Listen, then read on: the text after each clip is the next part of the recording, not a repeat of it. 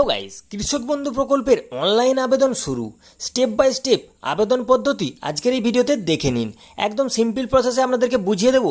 আমরা আবেদন করে নিতে পারবেন নিজের মোবাইল কিংবা ল্যাপটপ কিংবা কম্পিউটার থেকে।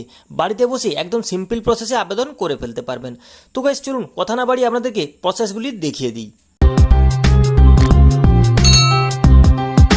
তো দেখুন, সবার প্রথমে যেটা বলা হচ্ছে, অবশেষে কৃষক বন্ধুদের জন্য খুশির খবর। এতদিন কৃষক বন্ধু প্রকল্পের অনলাইনে আবেদন করা যেত না।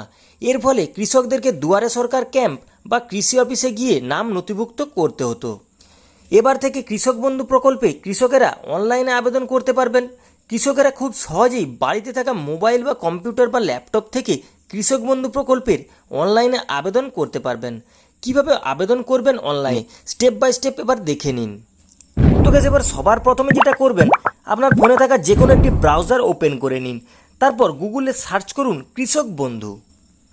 তো কৃষক বন্ধু লেখাটি সার্চ করার পর তাহলে আপনার সামনে রেজিস্ট্রেশন ফর্ম চলে আসবে। সেই অপশানটিতে ক্লিক করতে হবে, অথবা এই প্রতিবেদনের নিচেই অনলাইনে আবেদন করার সরাসরি লিঙ্ক দেওয়া রয়েছে, সেই লিঙ্কেও ক্লিক করতে পারেন। তাহলে অনলাইনে আবেদন করার ফর্মটি আপনার সামনে খুলে যাবে। 3, তারপর যে কৃষকটির কৃষক বন্ধুর আবেদন করা হবে তার ভোটার কার্ডের নম্বর দিয়ে সার্চ করতে হবে। তো ওখানে আপনি অপশন পেয়ে যাবেন, ভোটার কার্ডের নম্বরটি দিয়ে সার্চ করে নেবেন। তারপরে মোবাইল নম্বর বসিয়ে গেট ওটিপি অপশানে ক্লিক করতে হবে। তাহলেই মোবাইল নম্বরে একটি ওটিপি আসবে আপনার, সেই ওটিপিটি বসিয়ে কনফার্ম ওটিপি অপশানে ক্লিক করতে হবে। তারপর কৃষকটির একটি ছবি আপলোড করতে হবে। 6, কৃষকটির দ্বিতীয় কোনো একটি মোবাইল নম্বর বসাতে হবে এবং ইমেল আইডি যদি থাকে তাহলে আপনি দিতে পারেন, আর যদি না থাকে কোনো ব্যাপার না, ছেড়ে দেবেন। তো এবার 7, কৃষকটির পিএম কিষাণ প্রকল্পের নাম নথিভুক্ত করা থাকলে সেলফ ডিক্লারেশনের যে অপশানটি পাবেন, ইয়েস অপশানে ক্লিক করতে হবে। যদি না করা থাকে তাহলে নো অপশানে ক্লিক করতে হবে। 8, আর যদি ইয়েস অপশানে ক্লিক করেন, তার মানে আপনার যদি পিএম কিষাণের নাম নথিভুক্ত করা থাকে, আপনি যদি সেলফ ডিক্লারেশনের অপশানে আপনি যদি ইয়েস অপশানে ক্লিক করেন, তাহলে সেলফ ডিক্লারেশনের ফর্ম আপলোড করতে হবে।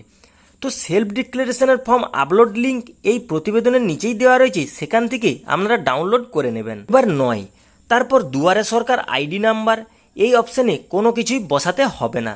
যেহেতু দুয়ারে সরকারে আপনি করছেন না, তাই জন্য আপনাকে দুয়ারে সরকারের আইডি নম্বর ইত্যাদি কোনো কিছুই কিন্তু বসাতে হবে না। এবার 10, কৃষকটির আধার কার্ডের ছবি আপলোড করতে হবে। তারপর আধার কার্ডের নম্বর বসাতে হবে।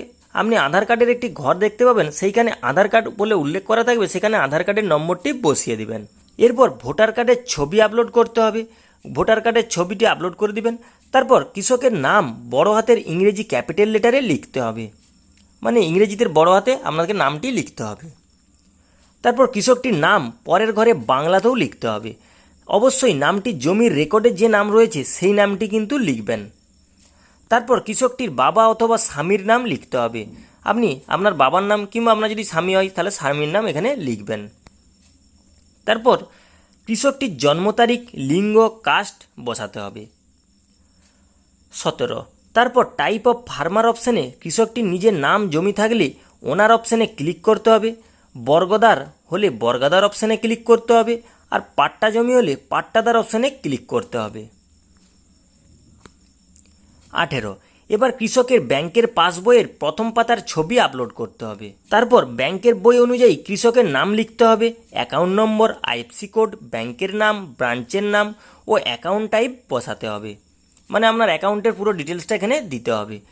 তারপর এবার কৃষকটির ঠিকানা বসাতে হবে, যেমন জেলার নাম, ব্লকের নাম, গ্রাম পঞ্চায়েতের নাম, গ্রামের নাম, পোস্ট অফিসের নাম, পুলিশ স্টেশন নাম এবং পিনকোড নির্দিষ্ট ঘরে বসাতে হবে।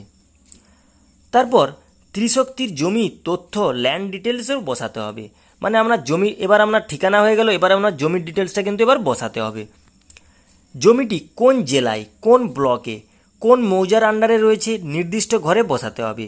জমিটির জেলার নম্বর কত, খতিয়ান টাইপ, খতিয়ান নম্বর এবং জমির পরিমাণ নির্দিষ্ট ঘরে বসাতে হবে এবং জমির রেকর্ড আপলোড করতে হবে, মানে আপনার জমিটার রেকর্ডটি আপলোড করে দিতে হবে।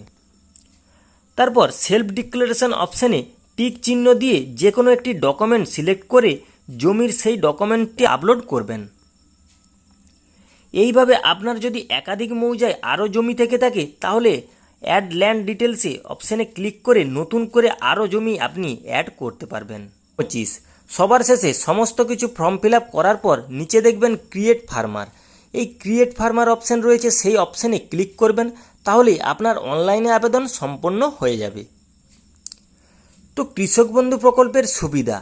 কৃষক বন্ধু প্রকল্পের কৃষকদের পশ্চিমবঙ্গ সরকারের তরফ থেকে বছরে দুবার খারিফ সিজন এবং রবি সিজনের টাকা দেয়া হয়ে থাকে।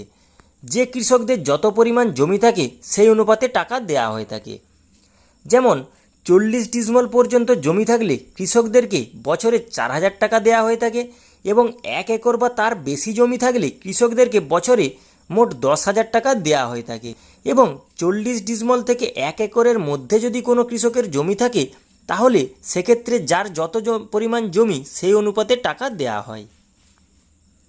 তো গাইস, এই ছিল কৃষক বন্ধু প্রকল্পের অনলাইনে রেজিস্ট্রেশন প্রসেস। তো গাইস, ভিডিওটি যদি ভালো লেগে থাকে ছোট্ট একটি লাইক করে দেবেন। আর গাইস, এইরকমই নিত্য নতুন ভিডিওর নোটিফিকেশান সবার আগে পাওয়ার জন্য আমাদের এই ছোট্ট চ্যানেলটিকে সাবস্ক্রাইব করে আমাদের পাশে থাকবেন।